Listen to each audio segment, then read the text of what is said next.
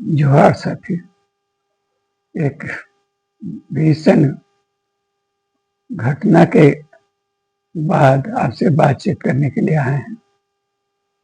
झारखंड के महानायक जिसे झारखंडी जनता दिशाओं गुरु के रूप में जानती थी, कहते थे, जो पिछले आधी सदी से झारखंड की राजनीति के, यहाँ के सामाजिक जीवन में भी जिनकी अहम और निर्णायक भूमिका थी, शिबू सोरेन नहीं रहे आज। सूचना उनके सुपुत्र के सोशल मीडिया ग्रुप के द्वारा जारी हुआ, जानकारी मिली और आप सब लोग अब जान चुके होंगे। ऐसे पिछले लगभग 1-1.5 महीने से गुरुजी अस्वस्थ चल रहे थे और दिल्ली में वो हॉस्पिटल में भर्ती थे और उनका इलाज चल रहा था।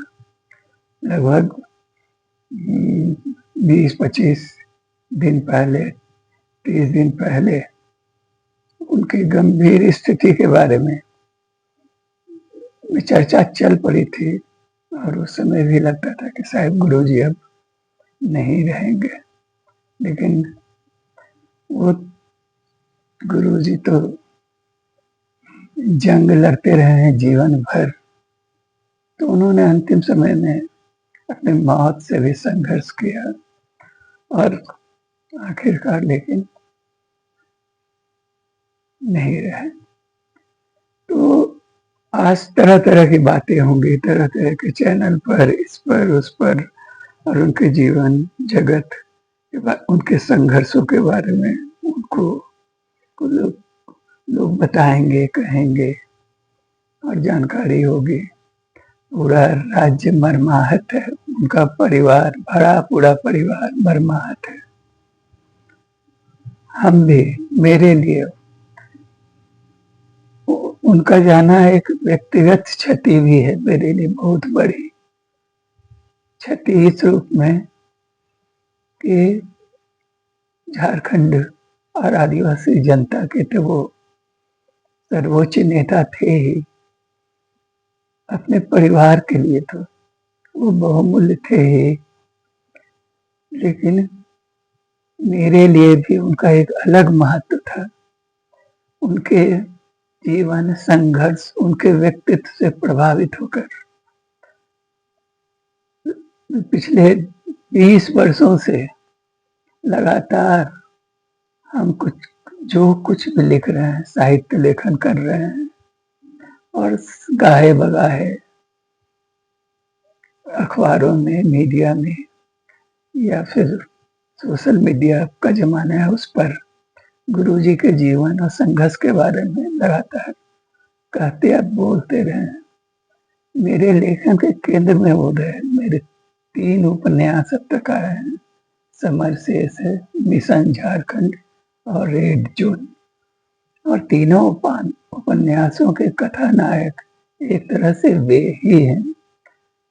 बहुत लोगों को ये थोड़ा सा लगेगा विचित्र, लेकिन यदि आप झारखंड के राजनीतिक घटनाक्रम और इतिहास को लिखेंगे या देखेंगे या यहाँ के झारखंडी जनता के संघर्ष को देखेंगे और उसका विश्लेषण, मूल्यांकन करने चलेंगे, तो आपको शिबू सोरेन से, उनके व्यक्तित्व से, उनके जुझारू व्यक्तित्व से टकराना ही पड़ेगा, जानना ही होगा, क्योंकि वो इन तमाम संघर्षों के केंद्र में रहे हैं और उनका संसदीय राजनीति में तो वो आए हैं,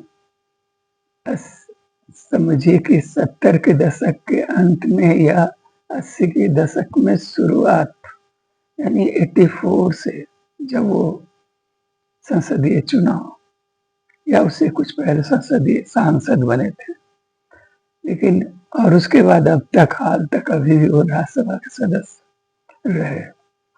लेकिन उसके पहले का संसदीय राजनीति में आने का उनका जो संघर्ष था वो एक ऐतिहासिक रहा है, वो महत्वपूर्ण रहा है। और झारखंड मुक्ति मोर्चा जो आज सत्ता पर काबिज है या पिछले कुछ वर्षों से सत्ता के केंद्र में है, राजनीति के केंद्र में है झारखंड के, तो वो गुरु जी के संसदीय राजनीति में आने के संघर्ष के की बदौलत ही, उस संघर्ष की बदौलत ही, उसी संघर्ष की कोख से ही तो झारखंड मुक्ति मोर्चा का जन्म हुआ था। खैर साथी, तो आज हम ज्यादा नहीं बात करेंगे, कहने सुनने के लिए तो है अभी पूरा वक्त, ये शोक की घड़ी है, तो भी उन कुछ बातों को आपके सामने रख देना चाहते हैं। विषयांतर ना हो इसलिए जो लिखा हुआ है उसी को हम चाहेंगे कि ठीक ठीक सही सही शब्दों में उसको रख पाए। एक तो पहली बात जो ध्यान देने की है कि 19वीं और 20वीं शताब्दी आदिवासियों के संघर्ष के इतिहास से भरा पड़ा है, जो आज भी जारी यानी 21वीं शताब्दी में भी जारी है। छोटा नागपुर में बिरसा मुंडा और संथाल परगना में सिद्धू कान्हू का संघर्ष उसी की अभिव्यक्ति थी। शिबू सोरेन के नेतृत्व में महाजनी शोषण के खिलाफ निर्णायक संघर्ष उसी संघर्ष की अगली कड़ी थी। शिबू सोरेन के पहले जयपाल सिंह, बाघुन सुंगरई, एनी होड़ो, कार्तिक उरांव आदिवासियों के राजनीतिक अस्तित्व की लड़ाई लड़ चुके थे और अपनी अपनी भूमिका अदा कर चुके थे। लेकिन थोड़ा सा फर्क था, शिबू सोरेन इसके बाद आए, लेकिन वे सभी आदिवासियों के ही प्रबुद्ध तबके एलीट क्लास से आते थे। शिबू सोरेन एक मामूली परिवार से आते हैं जिनके पिता की हत्या महाजनों ने, पिता यानी सोरन माझी की हत्या महाजनों ने 1957 में संभवतः ने कर दी थी। इसके अलावा शिबू सोरेन और उनके आंदोलन के तरीके में भी फर्क था।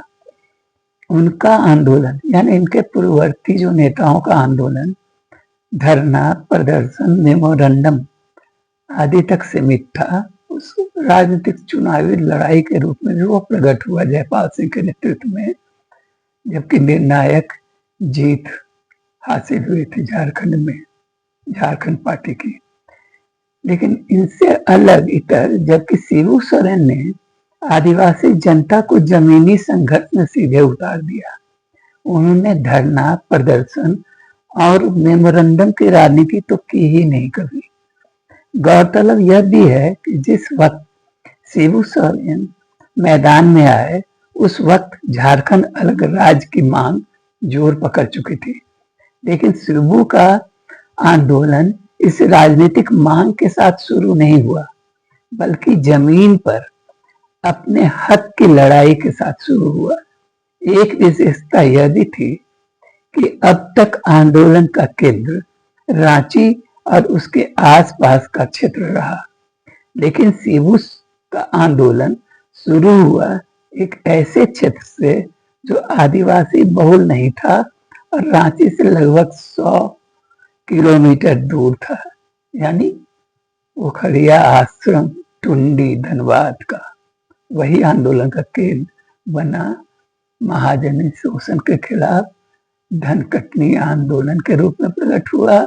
और इसके अलावा कोयलांचल में महाजनी शोषण के खिलाफ, महाजनी नहीं, माफियागिरी के खिलाफ जो वो संघर्ष था, इसमें ए.के. राय और विनोद बिहारी महतो के साथ मिलकर उन्होंने अग्रणी भूमिका निभाई थी। ये एक गौरतलब है। दूसरी चीज जो एक और है, छोटी सी ही बात है, लेकिन उसको करके हम आज लंबा नहीं खींचेंगे, इसको खत्म करेंगे।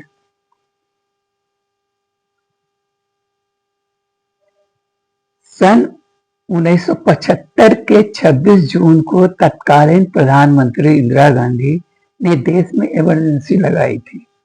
भारतीय संविधान में इमरजेंसी का प्रावधान है, लेकिन इस लोकतांत्रिक देश में पहली बार इमरजेंसी लगी थी। इमरजेंसी के दौरान कांग्रेस ए.के. राय, विनोद बिहारी महतो सहित कोयलांचल के कई प्रमुख नेता गिरफ्तार कर लिए गए और शिबू सोरेन ने टुंडी थाना में आत्मसमर्पण कर दिया। लेकिन उसके पहले अनेक नाटकीय घटनाएं हुई। टुंडी आंदोलन और पोखरिया आश्रम में रहते हुए किए गए अपने प्रयोगों की वजह से झारखंड में शिबू सोरेन एक लोकप्रिय नेता बन चुके थे। स्थानीय मीडिया उन्हें एक उग्रवादी के रूप में भले चित्रित करे, लेकिन अपने धनकटनी आंदोलन, रात्रि पाठशालाओं, पोखरिया आश्रम की सामूहिक खेती, अनाज के गोले, शराब के खिलाफ आदिवासी समाज में छेड़े अपने अभियान की वजह से राष्ट्रीय मीडिया के हीरो बन चुके थे। उस समय की चर्चित पत्रिका दिनमान और धर्मयुग में विस्तार पूर्वक उनके बारे में व उनके सामाजिक बदलाव के, उनके प्रयोगों के बारे में किस्तवार रफ्तें छपने लगी थी और उन्हें महिमा मंडित किया जा रहा था।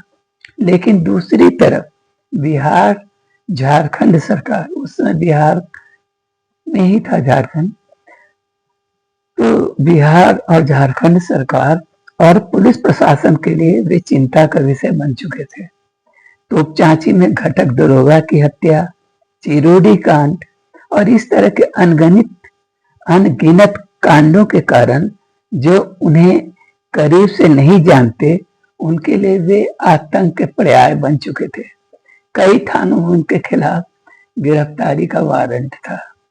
सरकार ने उन्हें देखते ही गोली मार देने का आदेश दे रखा था और शायद शिबू सोरेन का अंत उसी तरह हो जाता जिस तरह बृहद झारखंड के अनेक शहीदों का हुआ।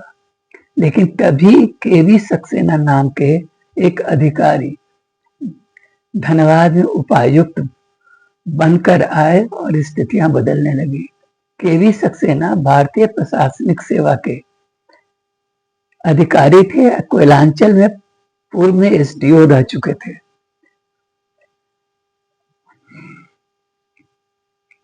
उनकी सहानुभूति आदिवासियों से थी और उन्होंने करीब से तथा पूरी सहानुभूति एवं संवेदनशीलता के साथ उनके शोषण और उत्पीड़न को देखा था।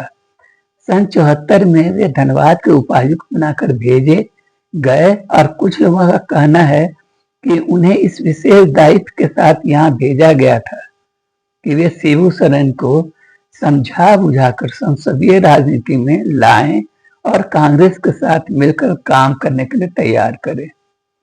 74 में लोकनायक जयप्रकाश नारायण के नेतृत्व में बिहार का छात्र आंदोलन शुरू हो गया था।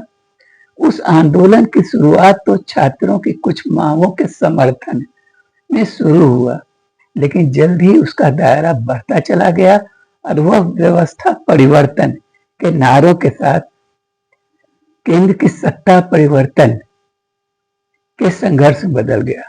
के.वी. सक्सेना उसी दौरान धनबाद में उपायुक्त बनकर आए और यहाँ अपने पदस्थापन के कुछ महीनों बाद शिबू सोरेन से मिलने टुंडी गए। उन्हें समझाया गया कि बगैर सशस्त्र पुलिस बल को साथ लिए जाना खतरनाक साबित हो सकता है, लेकिन शिबू सोरेन से मिलने और उनका विश्वास जीतने के लिए यह जरूरी था कि वे इस जोखम को उठाएं और उन्होंने यह जोखम उठाया और वहां पहुंचकर वे चमत्कृत रह गए। शिबू सोरेन का व्यक्तित्व, वहां चल रही रात्रि पाठशालाएं, कई अन्य तरह का रचनात्मक कार्य से वे इस कदर प्रभावित हुए कि उन्होंने शिबू सोरेन को गुरुजी कहकर संबोधित करना शुरू कर दिया। आज झारखंड में गुरुजी का अर्थ शिबू सोरेन के लिए रूढ़ बन चुका है। शिबू सोरेन और उस घटना विशेष के गवाह रहे कुछ लोगों के अनुसार केवी सक्सेना ने उन्हें समझाया कि वे खुली राजनीति करें, बागी जीवन छोड़कर संसदीय राजनीति में प्रवेश करें, लेकिन एक बार उन्हें आत्मसमर्पण करना पड़ेगा। उन्होंने यह भी आश्वासन दिया कि उन पर लादे गए तमाम मुकदमे उठा लिए जाएंगे, हालांकि यह काम एक कानूनी प्रक्रिया के तहत होगा। उन्होंने यह भी समझाया ऐसा नहीं करने की स्थिति में एक विशेष अभियान चलाकर प्रशासन पुलिस उन्हें गिरफ्तार करेगी और तब स्थिति उनके नियंत्रण में नहीं रहेगा। शिबू सोरेन की चिंता यह थी कि उस आंदोलन का क्या होगा जिसे उन्होंने शुरू किया है। उन्हें समझाया गया कि महाजनों के कब्जे वाले आदिवासियों की जमीन को वापस कराने का काम युद्ध स्तर पर शुरू किया जाएगा। इसके लिए गांव-गांव में कैंप लगाया जाएगा और इस दिशा में त्वरित कार्रवाई की जाएगी। उनके कार्यकर्ताओं की देखरेख में यह सब काम होगा। और शिबू सोरेन कुछ दिनों तक सोच विचार करने के बाद केवी सक्सेना के प्रस्ताव को स्वीकार कर लिया। इमरजेंसी लगने के कुछ ही दिनों बाद उन्होंने टुंडी थाना में आत्मसमर्पण किया। उन्हें धनबाद जेल में बंद कर दिया गया। इमरजेंसी लगने के साथ कामरेड ए.के. राय, विनोद बिहारी महतो, शक्तिनाथ महतो सहित आंदोलन के दर्जनों साथी गिरफ्तार हो चुके थे। विनोद बिहारी महतो कुछ महीनों बाद जेल से ही जमानत पर रिहा हो गए, लेकिन ए.के. राय और शक्तिनाथ महतो सहित कई नेता और सक्रिय कार्यकर्ता पूरी इमरजेंसी जेल में रहे। लेकिन शिबू सोरेन की मुक्ति कुछ नाटकीय अंदाज में हुई। एक रात धनबाद जेल का सायरन बज उठा और शिबू सोरेन को जेल से निकालकर एक बख्तरबंद गाड़ी में किसी अज्ञात स्थान पर ले जाया गया। इंदिरा गांधी और संजय गांधी के करीबी बिहार कांग्रेस के एक शीर्ष नेता ने से उनकी लंबी बातचीत हुई और उससे के बाद उन्हें मुक्त कर दिया गया। मुक्त होकर शिबू सोरेन वापस टुंडी गए, लेकिन अब वे पुराने शिबू सोरेन नहीं रहे थे। उन्होंने धीरे धीरे संसदीय राजनीति में टुंडी से का इलाका छोड़कर वो धीरे धीरे संथाल परगना चला गया और संसदीय राजनीति की शुरुआत की। हालांकि वो इंदिरा गांधी के इस प्रस्ताव को या कांग्रेस के इस प्रस्ताव को स्वीकार नहीं किया कि अपनी पार्टी का विलय कर दें। जयपाल सिंह का अनुभव उनके साथ था, इसलिए कांग्रेस के साथ मिलजुल कर उनकी राजनीति चली, लेकिन हमेशा वो स्वतंत्र अस्तित्व बनाए रहे। और इस प्रसंग को केवी सक्सेना को कहने का बताने का यहाँ इसलिए जरूरी हमको लगा कि गुरुजी को, शिबू सोरेन को गुरुजी कहना उन्होंने शुरू किया था। बाद में गुरुजी वहां से और आगे बढ़ के झारखंडी जनता के देशों गुरु बन गए। अब गुरुजी अब नहीं है, लेकिन उनका संघर्ष, उनका जीवन, उनके जीवन की घटनाएं वो एक हमेशा वो प्रेरक बन के झारखंडी जनता के बीच रहेंगे। अब जो झारखंड में जो राजनीति आगे चलेगी उस पर उनका साया रहेगा, उनके न रहने के बावजूद। देखिए झामुमो उनके उस साए के अधीन रहकर उनके नीतियों के अनुकूल काम करती है या उसमें कुछ बदलाव होता है। ये सब बातें बात की हैं। अभी तो शोक की घड़ी है और हम अपने कथानायक को झारखंडी जनता के दिशों गुरु को अंतिम जोहार कहते हैं। धन्यवाद साथी।